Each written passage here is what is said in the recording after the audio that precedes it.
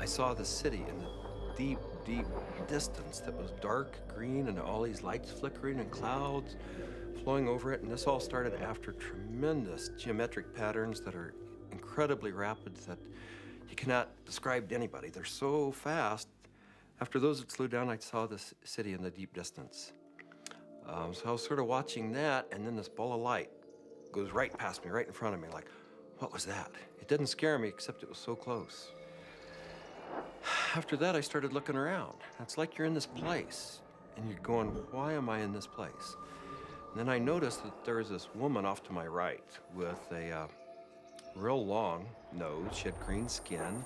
She was turning this dial, and I realized she was turning the volume of lights up and down on the city in the distance. And as soon as I looked at her, she noticed I was watching her. And she said, so what else do you want? I said, what else do you have?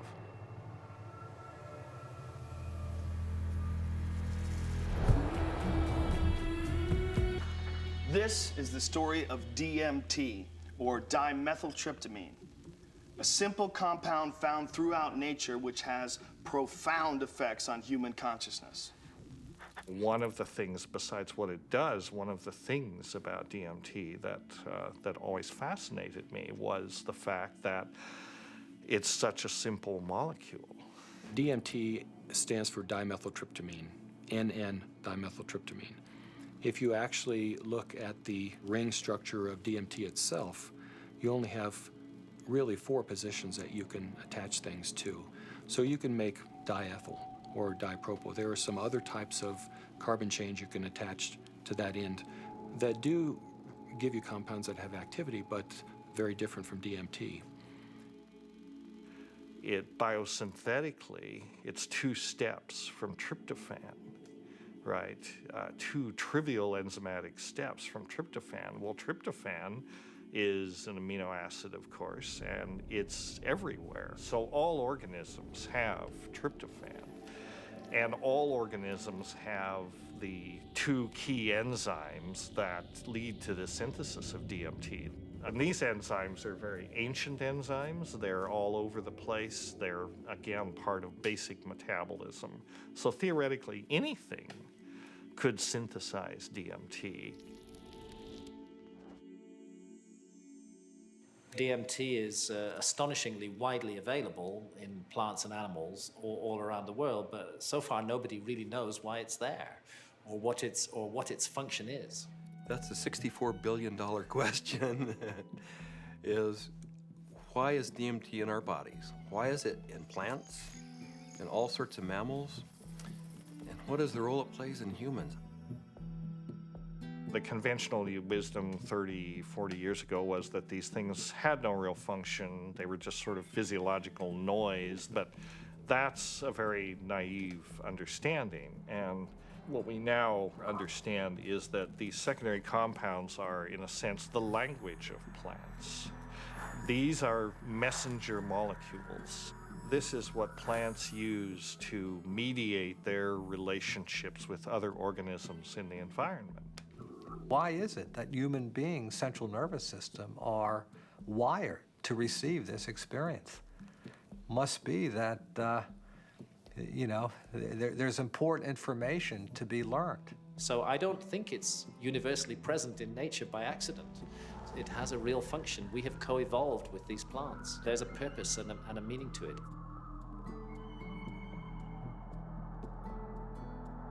So it really fits in with the notion that DMT may be the common molecular language, resonant language, among all living beings on this planet and maybe others as well. I can't think of a more powerful tool to explore the whole question of what is consciousness.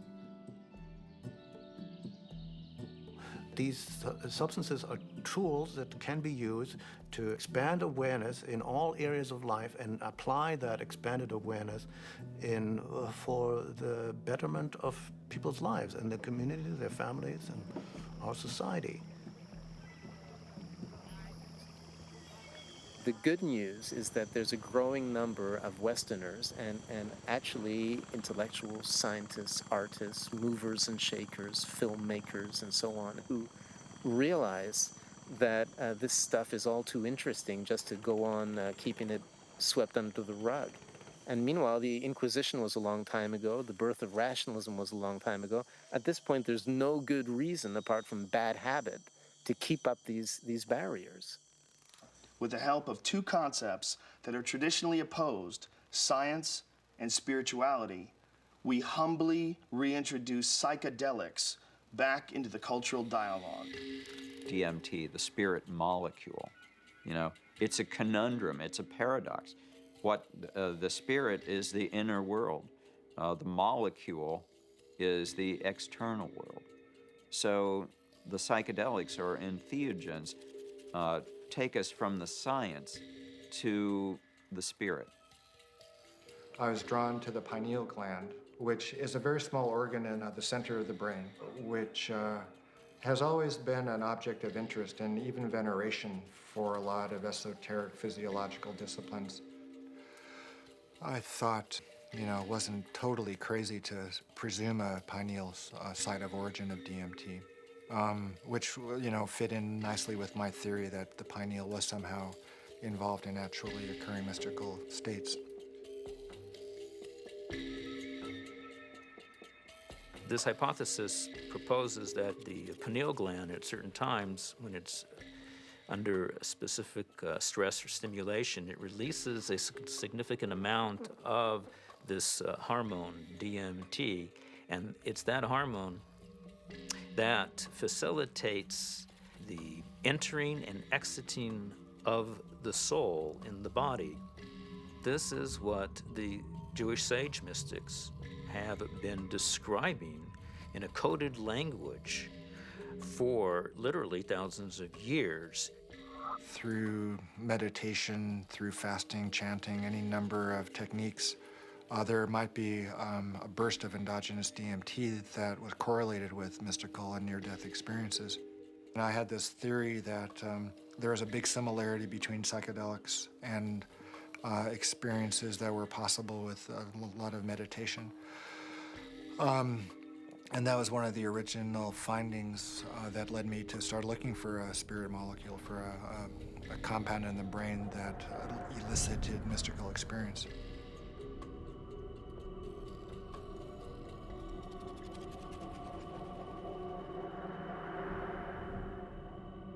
I think there may be a role for DMT in explaining any number of hallucinatory phenomena that man has experienced throughout his history. Creativity, imagination, dream states, changes that occur due to isolation, trauma, starvation, all of which produce hallucinatory phenomena. These hallucinatory phenomena are explainable by the presence of compounds known to produce hallucinations. And the only compounds that we know of that are capable of doing this are the class of compounds known as hallucinogens.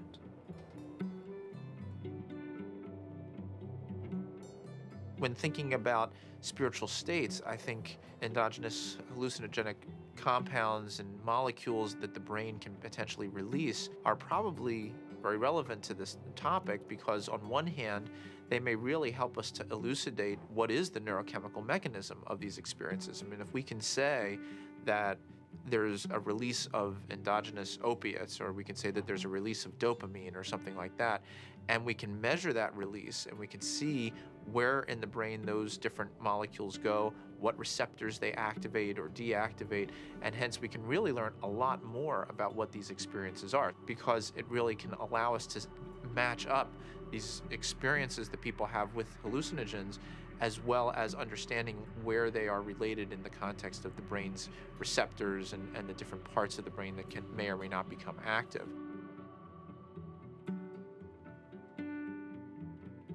One of the other interesting things about the pharmacology of DMT is that it's actively transported into the brain.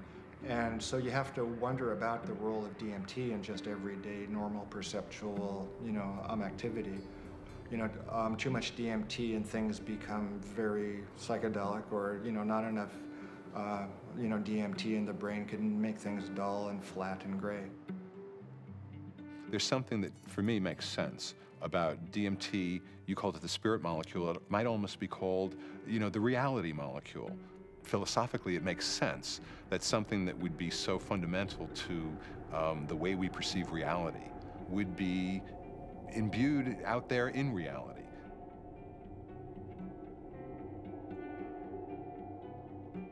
There was a sense around it that there was something special, that it wasn't like anything else. There wasn't like other psychedelics. Its intensity and speed was such that it really produced a different kind of response. I mean, I remember almost getting the sense that it was kind of like a psychedelic bungee jump, that there was a kind of raw leap into this rapidly changing environment that was very different than the more gradual approaches of other psychedelics.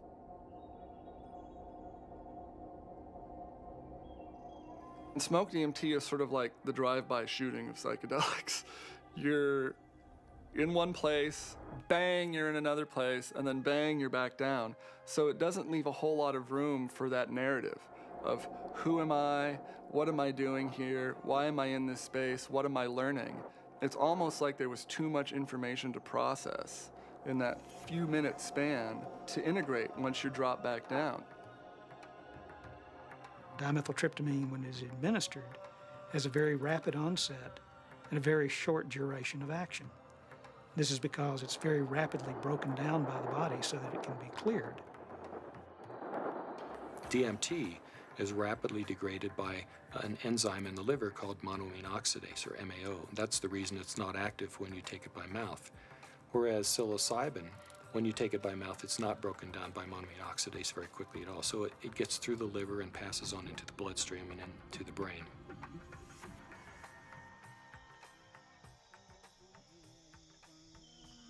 I'm very interested in ayahuasca.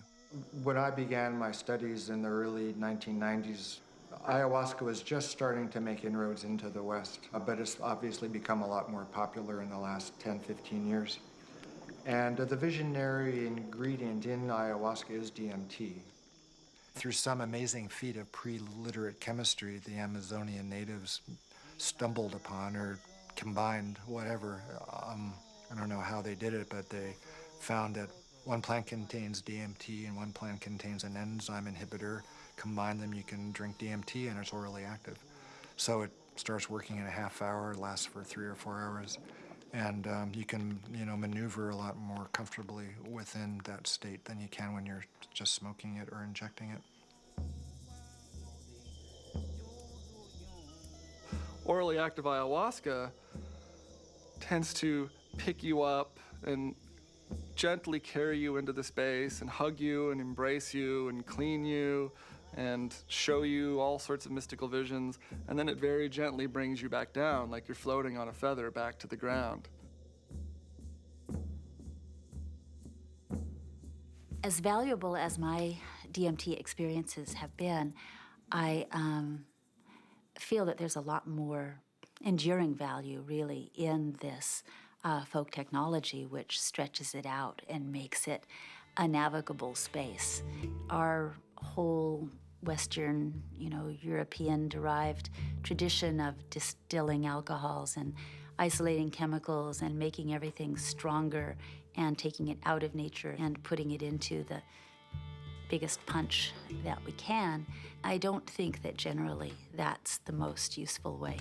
I think there's a reason that cultures have learned to turn a 5-minute experience into a 5-hour experience. It seems to me that ayahuasca has had a plan and that it's reached out into the world and brought DMT into many, many thousands of lives and a much bigger canvas than it had reached for the last 10,000 or however many years. And it's done it very rapidly, and it's done it with form to go with it. And ayahuasca is much harder for the power structures that we have now. It's much harder for them to put down because it has been part of a legitimate religious and spiritual practice for thousands of years, certainly in the Amazon. And we can't just dismiss all that as primitive mumbo jumbo and superstition. We have to get to grips with that on its own terms. I think that there's a growing number of people who feel this desire to get back in touch with nature, with plants, with animals, and who know that through the shamanic path there's a way of doing this, and that actually these tools, these psychoactive tools for plants like ayahuasca is a very direct way of doing this. Now, it may not be everybody's cup of tea, and I think a lot of people are actually with reason afraid of it. I think like a lot of people in my generation, I first heard about DMT through Terence McKenna. It was a very funny way to become aware of such a powerful and interesting and anthropologically rich topic as a compound like DMT, because it really became more, it was almost more of a concept than something that people were necessarily taking.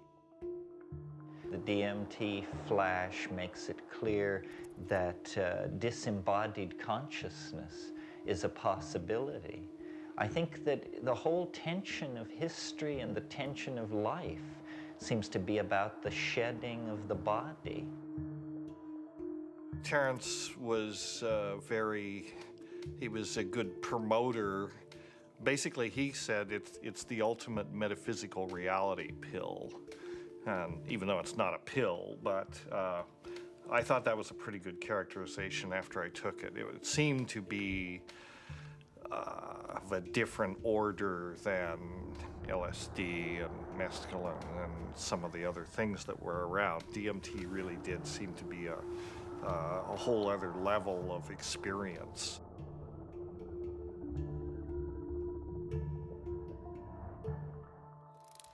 I ask that you suspend any opinions, either negative or positive, about these compounds. Whatever you believe their value to be, they continue to have profound effects wherever we find their use, whether it's contemporary Western culture or in the Amazon rainforest. It was in the 50s that the ayahuasca churches started going public. You know, there was a kind of transition from the indigenous Indians in South America to the mestizo people in the cities, and then these churches, you know, the Santo Daime Church and then the UDV Church a little later, started doing ceremonies that would made the ayahuasca accessible not just to Indians, but to urban people in the big cities in Brazil, who are as far from the shamans as we are. In the early 1990s, the UDV established a branch of their church in the United States. In the late 90s, the U.S. Customs Department, along with the DEA, intercepted a shipment of ayahuasca. The church protested the government action. They contended that it violated the Religious Freedom Restoration Act, and the case was heard in the U.S. Supreme Court, and in February 2006, their decision was announced, and it was a unanimous decision on the side of the UDV. Why is it that in the entire Western world, these substances that have been found to be so interesting by hundreds of cultures for thousands of years are prohibited? How did these cultures that consider themselves to be enlightened, democratic, and scientific get to declaring plants illegal? It can seem weird, but there's clearly something deep and revealing about the nature of these societies. Our society values alert, problem-solving consciousness, and it devalues all other states of consciousness. Any kind of consciousness that is not related to the production or consumption of material goods is stigmatized in our society today. Of course, we accept drunkenness. We allow people some brief respite from the material grind. A society that subscribes to that model is a society that is going to condemn states of consciousness that have nothing to do with the alert problem-solving mentality. And if you go back to the 1960s, when there was, a tremendous upsurge of exploration of psychedelics, I would say that the huge backlash that followed that had to do with a fear on the part of the powers that be, that if enough people went into those realms and those experiences, the very fabric of the society we have today would be picked apart, and most importantly, those in power at the top would not be in power at the top anymore.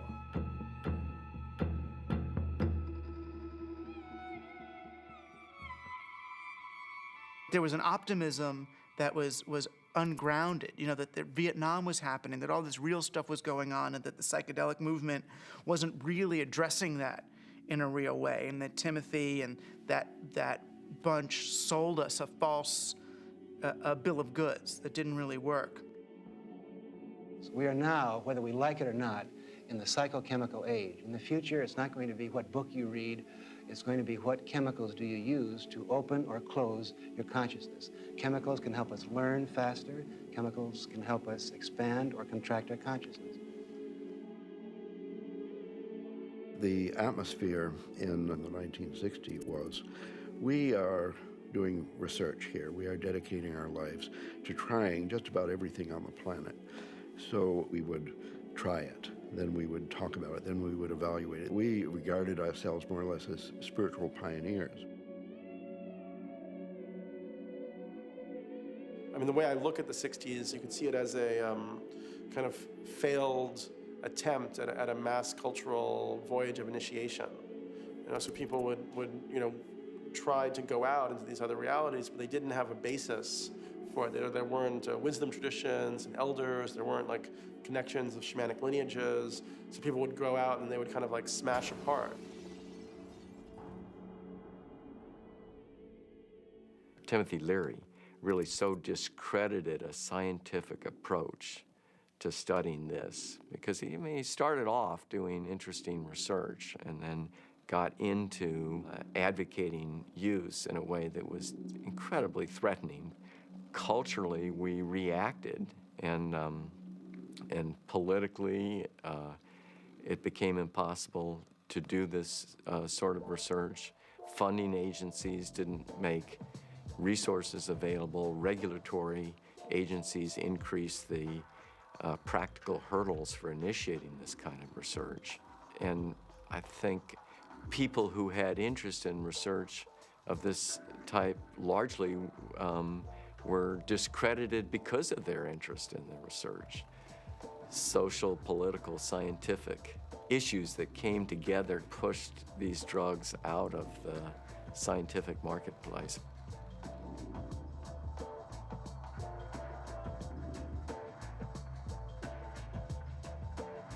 The public opinion in many cases had become that psychedelic research was dangerous.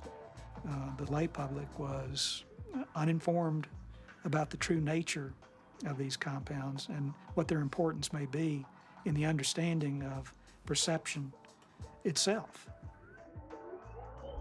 One of the tragedies to me is that the clinical research on these substances pretty much stopped around 1970. And for me, it's especially tragic because I really believe that these substances played a major role in the development of our philosophy and thinking throughout the world. What a lot of people don't realize is that psychiatry, up until the 50s, the field in general had no concept that neurochemistry played any role in emotion or behavior, which today seems really bizarre. And the discovery of LSD and its potent effects on the human psyche occurred almost contemporaneously with the discovery of serotonin as a molecule in the brain. And it was really when people looked at the structure of serotonin and compared it with LSD that they really began to think, maybe neurochemistry plays a role in brain chemistry and behavioral states. If LSD had not been discovered, I doubt we would have had any of the drugs we have, at least not as quickly as we do for treating depression and so forth.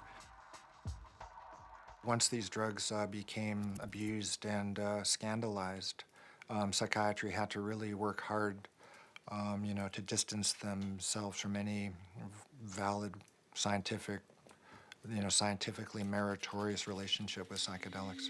Being a psychiatrist and saying you want to learn or study about psychedelics, it's not that well received. And I made one mention one time and was discouraged from really bringing it up again for actually a number of years. For cultural reasons, the whole class of compounds got pulled off the clinical bench, and no research has gone on for 40 years. So scientifically, I can't imagine a more exciting area to be pursuing. How does one go about studying these plants and compounds? Plants and compounds which produce unimaginable experiences and appear to shed light on some of humanity's greatest mysteries. In order to answer that question, Dr. Strassman conducted the first human psychedelic research in a generation. One of the things that I had established early on was being able to discriminate between studies in the scientific realm and recreational use. But in the early 1980s, I reviewed all of that literature and could pretty well establish that if people were really carefully screened and supervised and then followed up, that the incidence of adverse reactions to LSD and related psychedelic drugs was extremely low.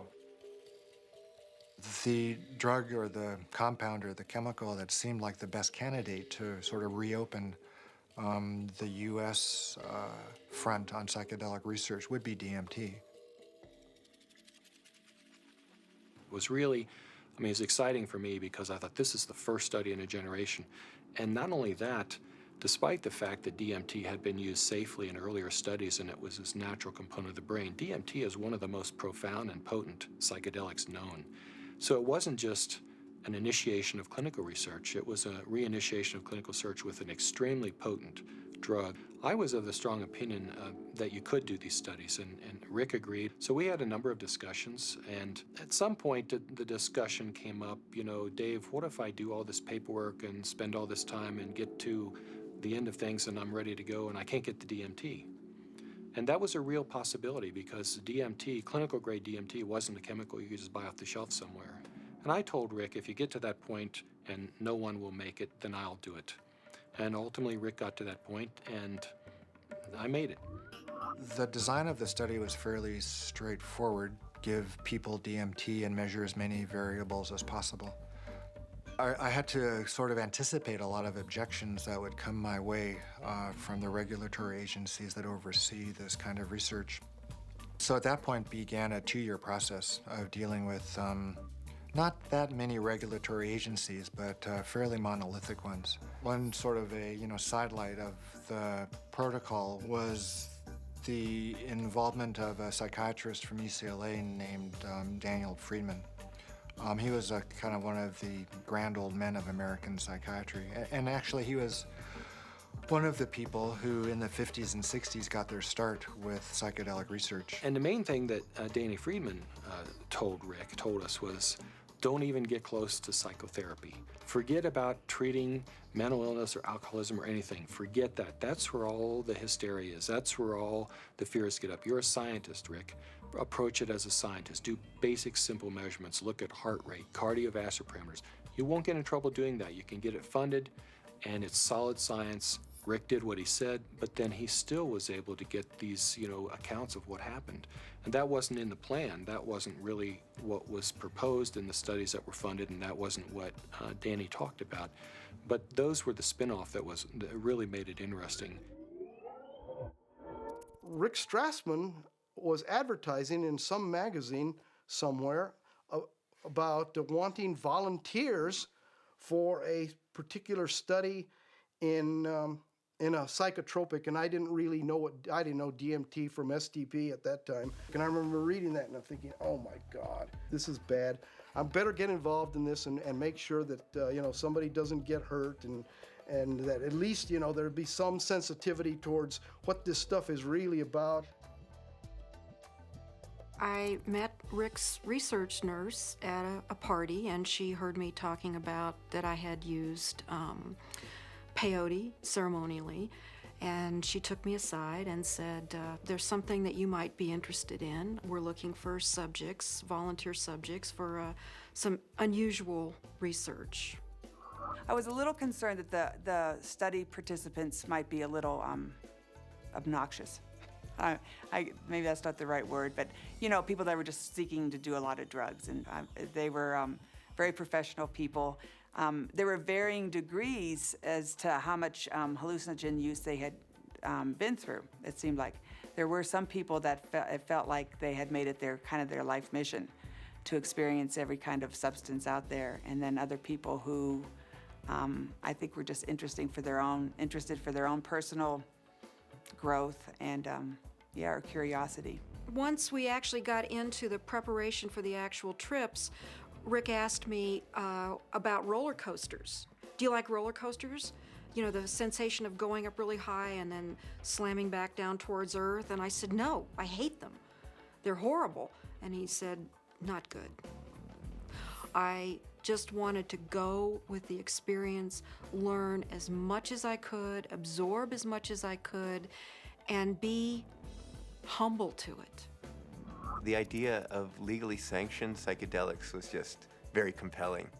Plus, you're in a hospital. So should you get that uncomfortable experience that you're dying, you're with doctors in a very safe environment from that point of view. I mean, this was really very cutting edge, very out there, it was high risk, and people knew what they were getting into, and they wanted to have the extra reassurance, and I was glad, actually, to have a crash cart in the room and a team, in the hospital to respond to any emergencies. You're in this hospital room, and there's all the sounds and the smells and just the prior experiences of being in the hospital. All these negative things come back. So there was the whole environment to be overcome, because little did I know that it didn't matter where I was. I wasn't going to be in my body. I was going to be out in the universe, and it didn't matter where you launched from. It could be a hospital room. It could be the jungle in the Amazon. It didn't matter where you were, because you weren't going to stay there.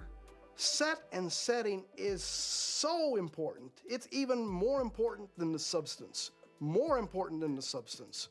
Set and setting is everything. Now, what is the set and setting when you are blindfolded? The set and setting is not what you're seeing. You're not seeing anything. The set and setting is your internal self. The things that you have learned, the capacities that you have achieved, the conditions of your own psyche and psychology, these are your set and setting. It's the medicine combined with or interacting with the set and setting that creates an effect of safety, of trust, of comfort, and of resourcefulness that makes it possible for you to take some big leaps and receive some big gifts. And if that's not there, you just get terrified. So I didn't really have physical fears so much that they would die or have a stroke. I did have some fears about people's mental health, especially with some of the higher doses. We gave one gentleman who had a lot of experience with the drug one dose, and he didn't think it took him far enough. So then we gave him a higher dose, and he was gone. He was really gone. It reminded me of something from The Exorcist. I mean, he just thump, sat bolt up in the bed, and his eyes opened up, and they were completely dilated and black. And I almost thought he was going to turn his head completely around. And I remember looking at Rick, and Rick looked at me, and I thought, oh my God, he's gone. I hope he comes back. And he did. The countdown was like, counting down preparing for your death, like waiting to surrender. And you'd feel the coldness, and the coldness just going through your veins, and it's really indescribable. It's hard to, it's like ice going through your veins. And the next thing that would happen, besides my racing heart, is this burning sensation would happen on the back of my neck. I mean, this was reliable. This is like clockwork. This happened every time that you shot me up with DMT. And then there'd be a hum, and the hum would get louder and louder, and to the point where it broke apart everything that I was or knew. It was just this. It just got louder and louder until you just had to surrender to the sound. And then you were there. I would get a warm, full feeling, a golden feeling in my chest before it went to my head.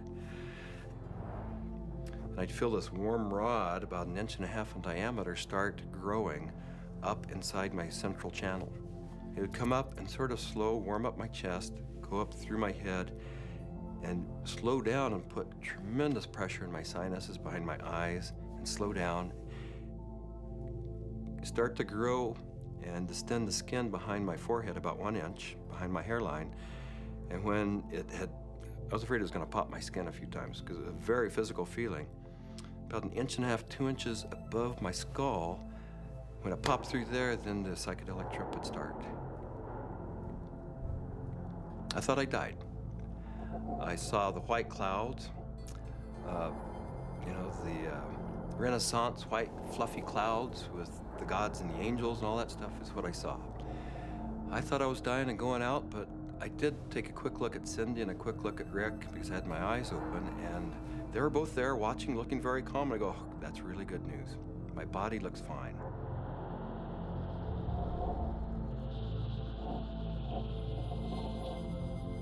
So I didn't know whether it was my birth I was re-experiencing, my death which was yet to come, because I know that time crumbles. The linearity of time is totally meaningless in these states. You are at the Godhead, the point where all time folds in on itself. More and more layers of my humanity start peeling off. Finally, the last layer, and I can't even describe what it is, but you have, at some reaches way in there, there is like the last layer of that which defines you as a human being, and it goes click. You are no longer a human being. In fact, you're no longer anything you can identify. There was no concept of time. It was so disorienting. I was so terrified. I have never in my entire life been so terrified to be blasted out of my body, to leave my body behind, to be going at warp speed backwards through my own DNA, out the other end, into the universe. And so I went right into this white light. As soon as I went into it, I lost any sense of being different, any sense of what I was doing, past, any sense of future. It was absolutely blissful and euphoric, and I just felt like it wasn't I. I was everything. I was the light. There was no sense of separation, no shadows, no differences, no past, no future. It was all present and white yellow light.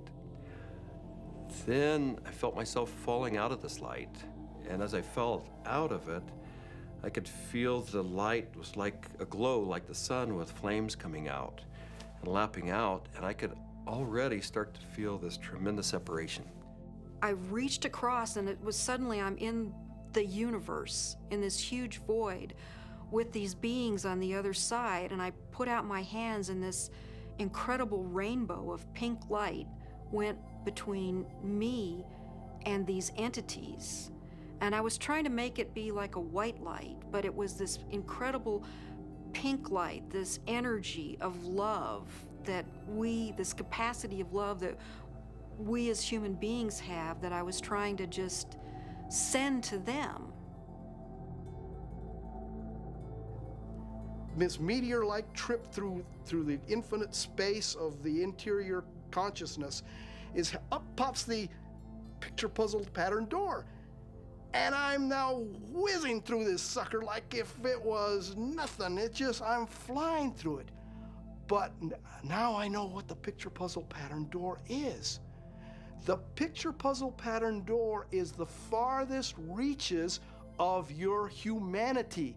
This is the doorway into what defines you as a human being. When you go past that, you stop being human.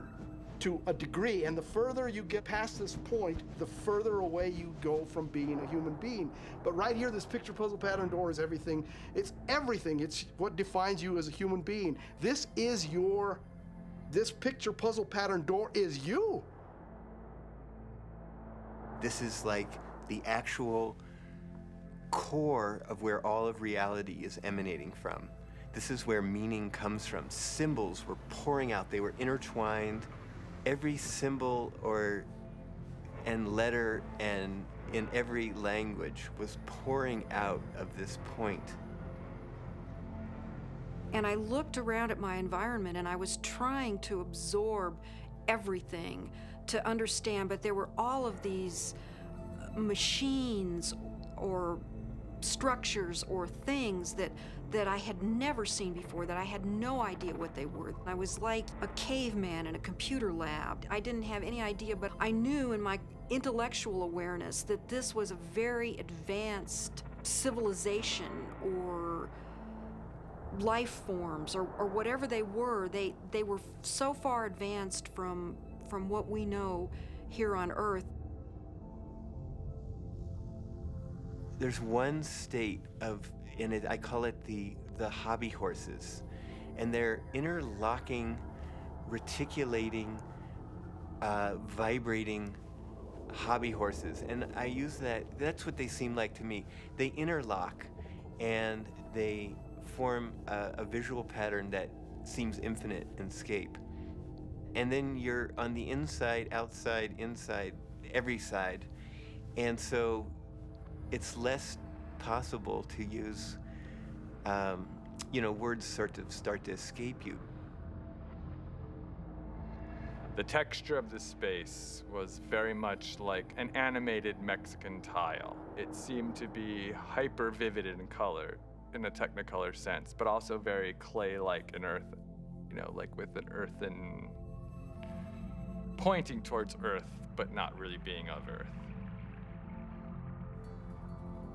And there was no I. There was just a sense of a witness being suspended in this incredible vaulted space, like a cathedral made out of stained glass of all imaginable colors, unbelievable brilliance and saturation of color.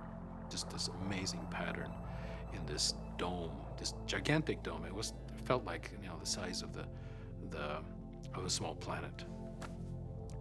And there were these winged beings. I don't remember exactly what they looked, but were like angels, something like angels, that were majestically kind of flying through the space. But there was something about the quality of how they were flying that was unique. I'd never seen anything like it. It was like, I don't know, the sense of another realm that was there. My sense was at some point, there was this implicit sense, this is the divine realm. This is the divine realm. And it was not like a thought, but it was like this implicit kind of grokking recognition. It was all very, very impersonal until I got to the space where I realized that I was in the area where souls await rebirth. And I was there, and I had been there so many times before. I recognized it, and this incredible transcendent peace came over me. I have never in my life ever felt such peace. Everything was stripped away. Every hope, every fear, every attachment to the material world was completely stripped out of me. I was free to just be the essence of a soul. After the medicine wore off, there is that familiar sensation of kind of coming back into the body. And I do remember that. That was part of almost all of those experiences of kind of coalescing back into sensory awareness and a sense of having a body and of that becoming a little more substantial and then say, oh yeah, here I am. And I live in a body and I'm okay. So Laura removes the eye shades. And I ask, not really with my eyes open quite yet, I ask, how long was I gone? Because I needed to know. And Rick chimes in like 15 minutes.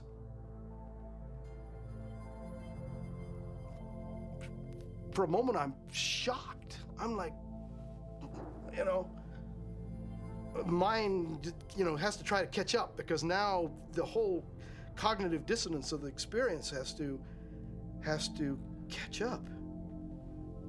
I was gone for 15 minutes. 1,000 years of experience in 15 minutes.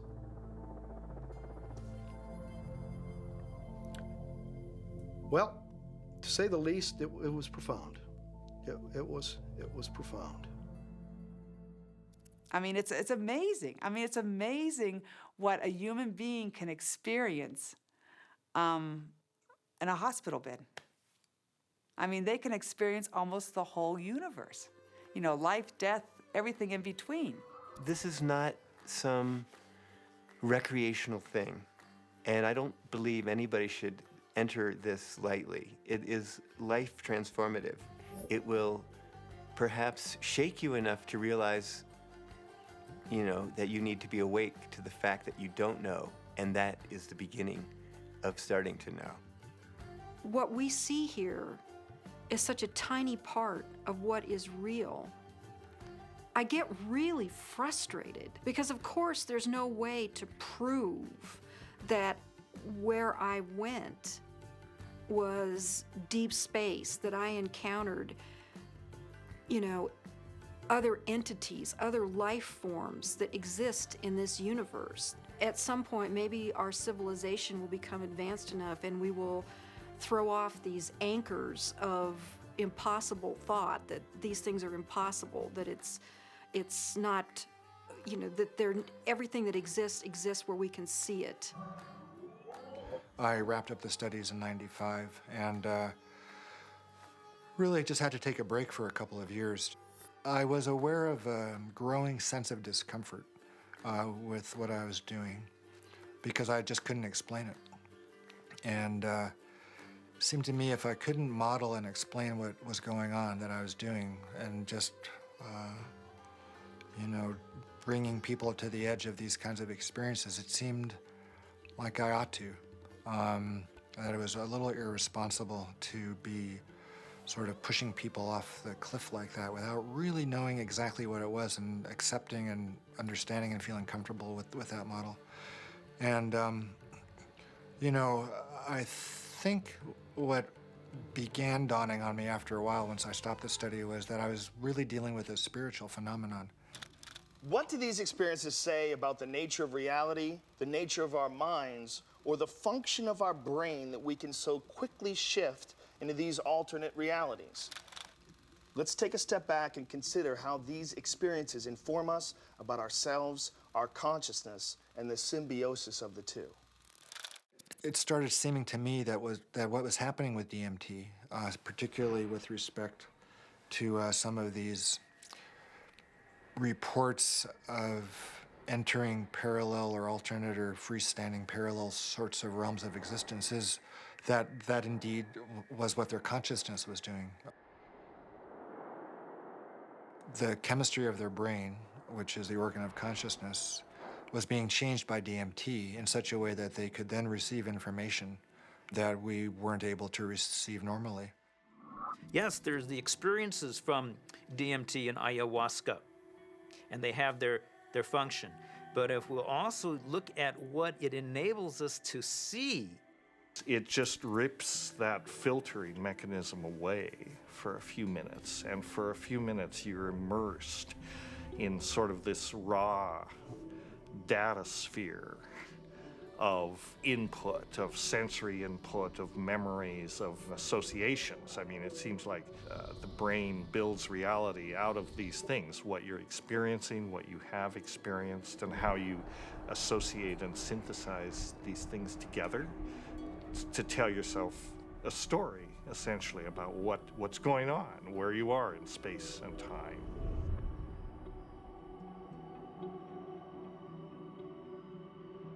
It's the brain that helps us to process all this information and to create for us a rendition of what our world is all about.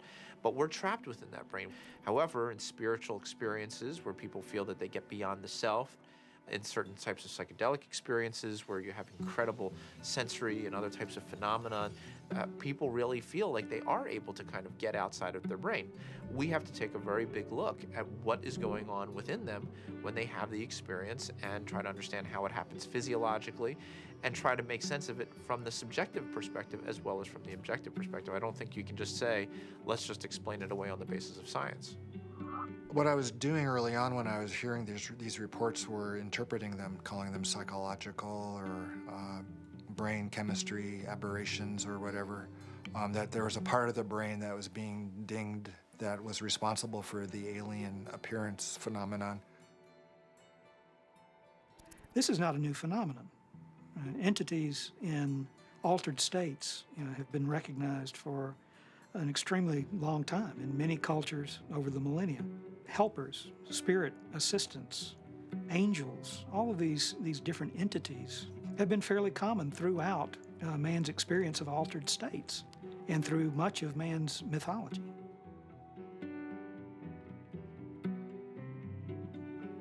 But I don't think it's out of the realm of possibility that people are in some way interacting with some sort of an intelligence or sentient being or something that exists at some level that's not in this three-dimensional physical plane. I'm looking at it from a sense of, okay, is the drug healing you? Is it helping you? Or is it giving you the tools? What are you bringing back? What you bring back, I think, has to be something more than there are these entities out there. The best psychedelic explorers are people who realize that even the truths they see on a trip are not truths, but new models, new what-ifs, alternative frames. Unless there is a map and a clear methodology, then one will just have a variety of different experiences. All these various experiences that have been reported from NDEs, near-death experiences, alien abductions, alien encounters, sexual ecstasy, I believe all of these experiences, in fact, are fractals.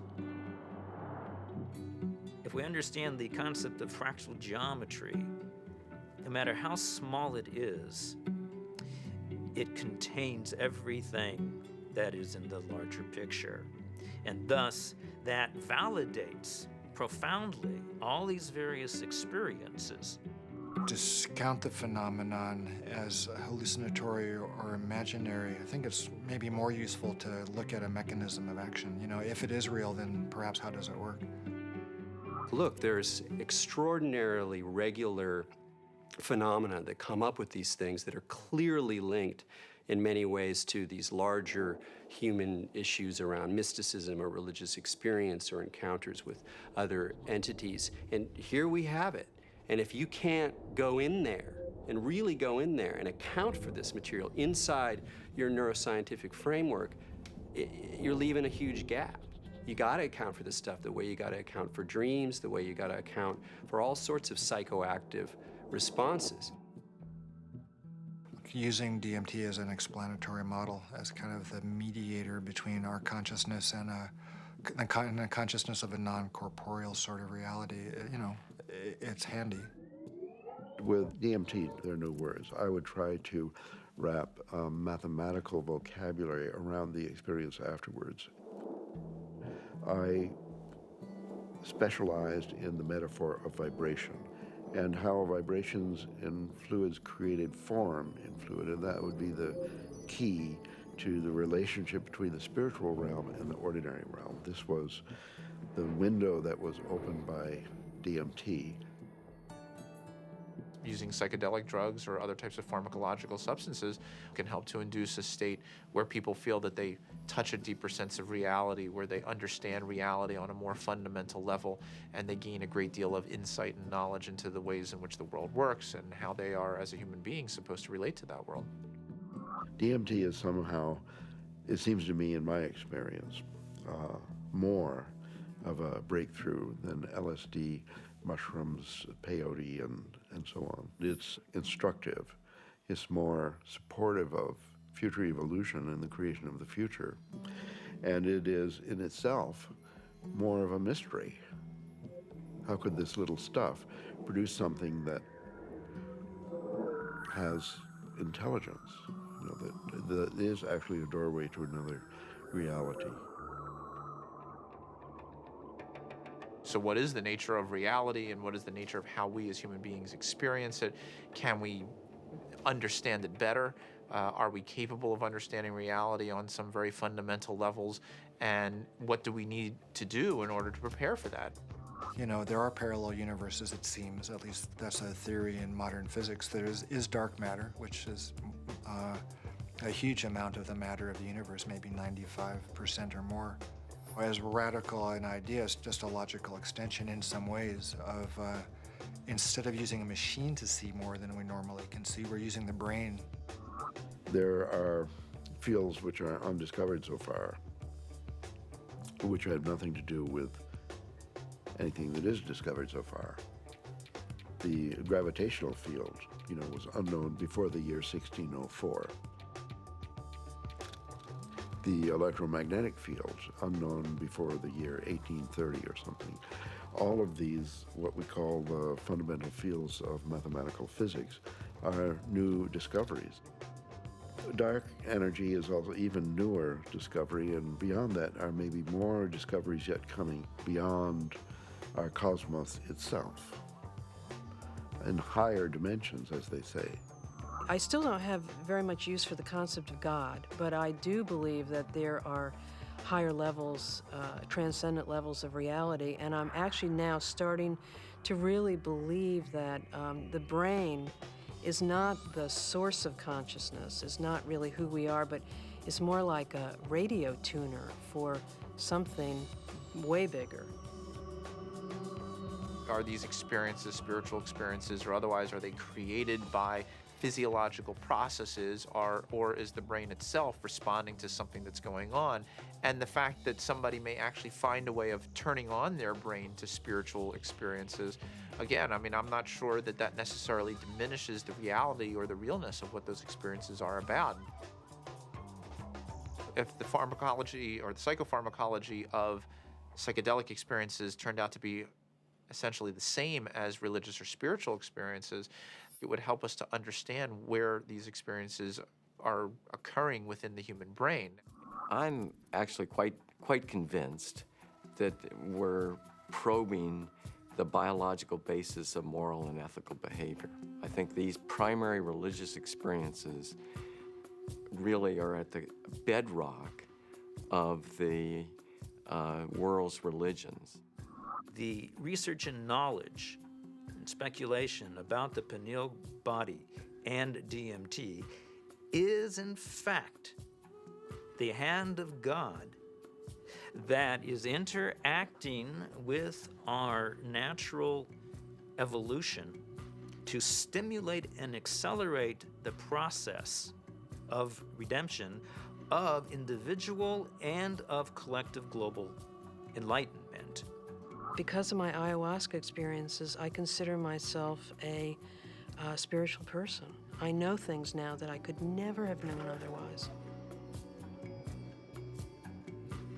This experience is so familiar for a lot of different people, and is so easily acquired, and so much information comes with so little effort that it is a kind of a miracle. It's a miraculous way for us to transcend ordinary reality and obtain maybe an intimation of what's necessary for survival. Ranging from new forms of medical treatment to a better understanding of the universe to life-changing spiritual revelations, these natural tools offer us the ability to seek greater knowledge. Tools that could positively affect life on our planet. Let's answer Dr. Strassman's question. If so, so what? Because of the collapse of consciousness, spiritual and scientific knowledge split apart. Both these modes of knowing have to come together. In other words, science and technology, from a traditional religious perspective, is not an extra. It is part of the process by which humanity is going to evolve into its next stage. how do we find like the right form for psychedelics in the future? I mean, assuming that psychedelics are part of the human future, right? For that, at the moment, they're still, generally repressed and suppressed and illegal. If that were to change, how would we begin to construct a kind of system that would allow for a kind of rational and mature exploration of psychedelics? I think that the name of the game is to show science the pertinence of this somewhat outlandish realm.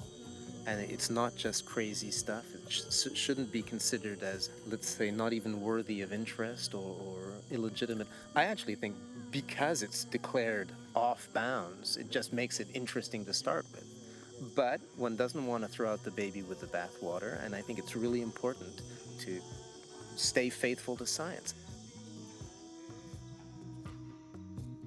What does it mean? Why is there a part of the brain that seems to be, for lack of a better word, a God detector? What's the evolutionary advantage to having some part of the brain that seems to, trigger and mediate experiences of the transcendent?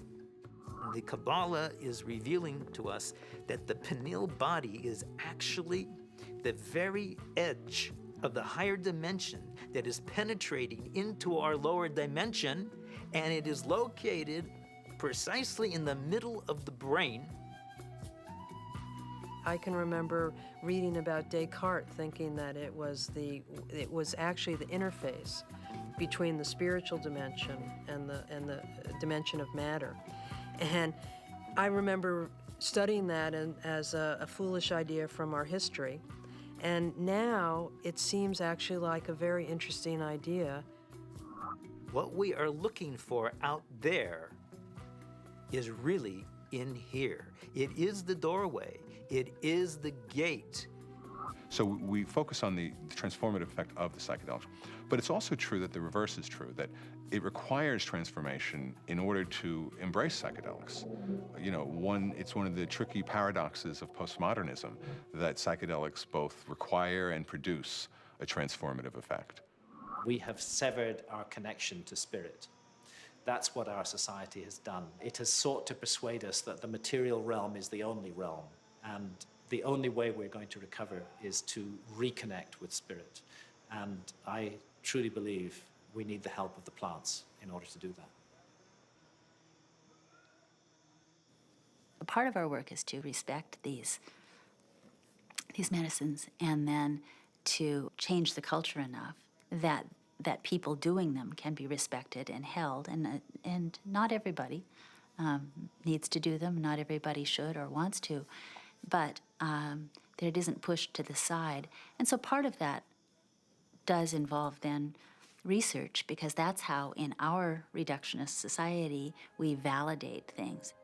With the passing of the years and the opportunity for sober reflection, I think there's a growing appreciation that there may be something to gain from studying these compounds, that there's a lot we can learn, and there may very well be treatment models, particularly for patient populations for whom conventional treatments are ineffective, for whom the psychedelic model, when utilized optimally, may provide great benefit.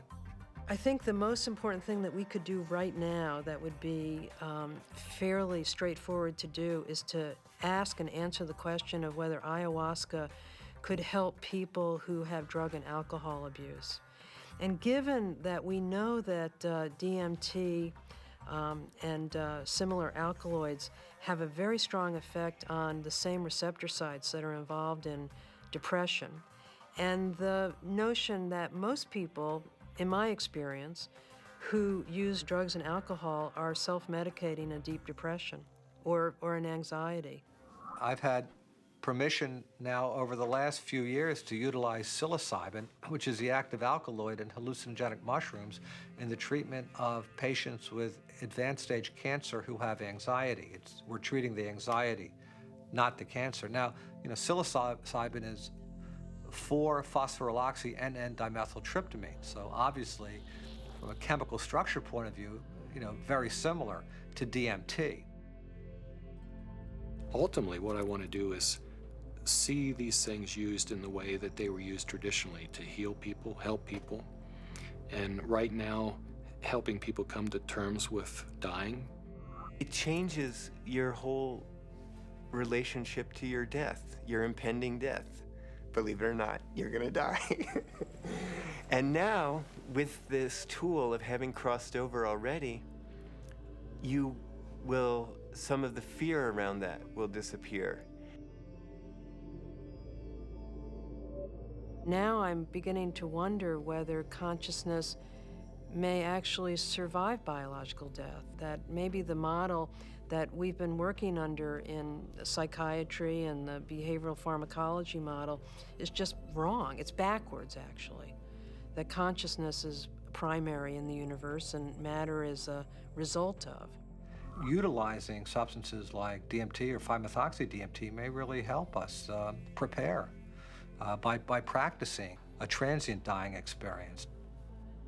Thus far, we're observing very positive effects in regards to the nature of experience during the session and then subsequent effects on mood regulation and anxiety control, pain perception, and overall quality of life for cancer patients. By and large, our subjects do quite well in the time they have remaining. For those people who do come to terms with it, part of it is a recognition that these psychedelics open up a space that they weren't aware existed and sort of give them a vision of what could be past death, as well as a better perspective on the accomplishments they've made in life, a better feeling about what they've done in their own lives. But I think all people who have psychedelic trips and meditations and so on are poking more or less into the same higher realm and receiving some information from there. If we can develop this could be absorbed into ordinary science that we could approach with the scientific method and so on, then our intelligence, our capability of survival on planet Earth would be increased. I mean, we're a dying species. We live on a dying planet. We're killing the planet. So our disease is extremely serious.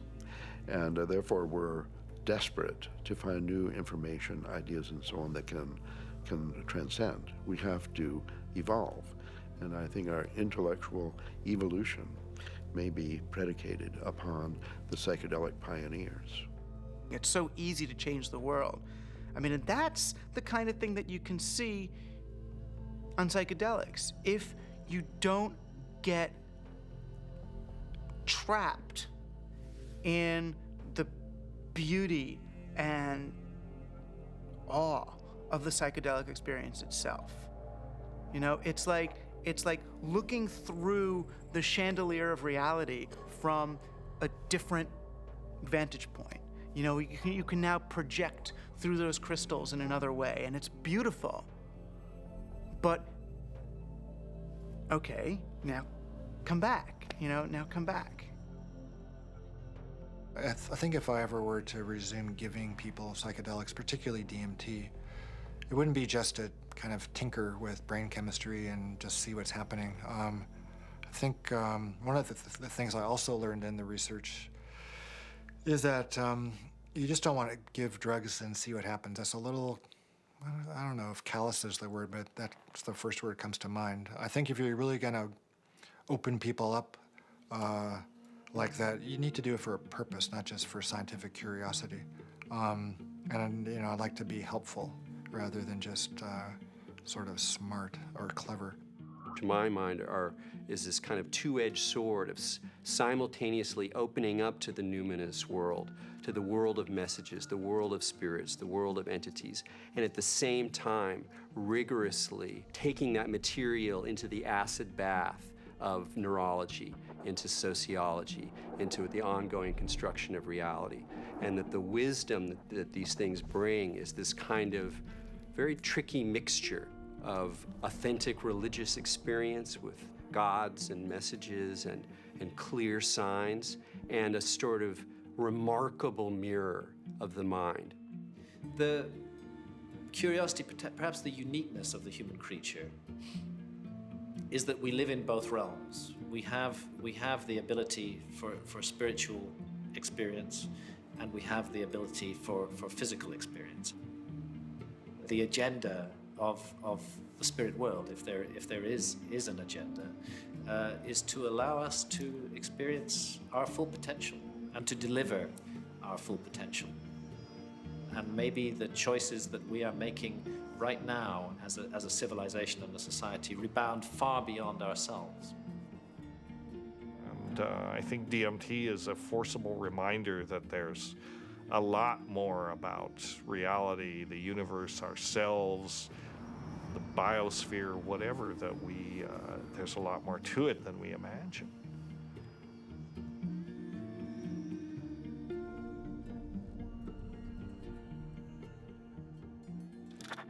It seems our reality is not the only reality. Occasionally, the cracks reveal themselves and may even want to be discovered. As humans, we are creatures that thirst for knowledge. We spend time, money, and infinite energy searching for it, in schools, in churches, in business, and in technology. Knowledge is power, and thus our greatest quest. Dimethyltryptamine, a molecule with a complex name and the simplest ability to unlock the door to another dimension, and perhaps, just perhaps, our future evolution.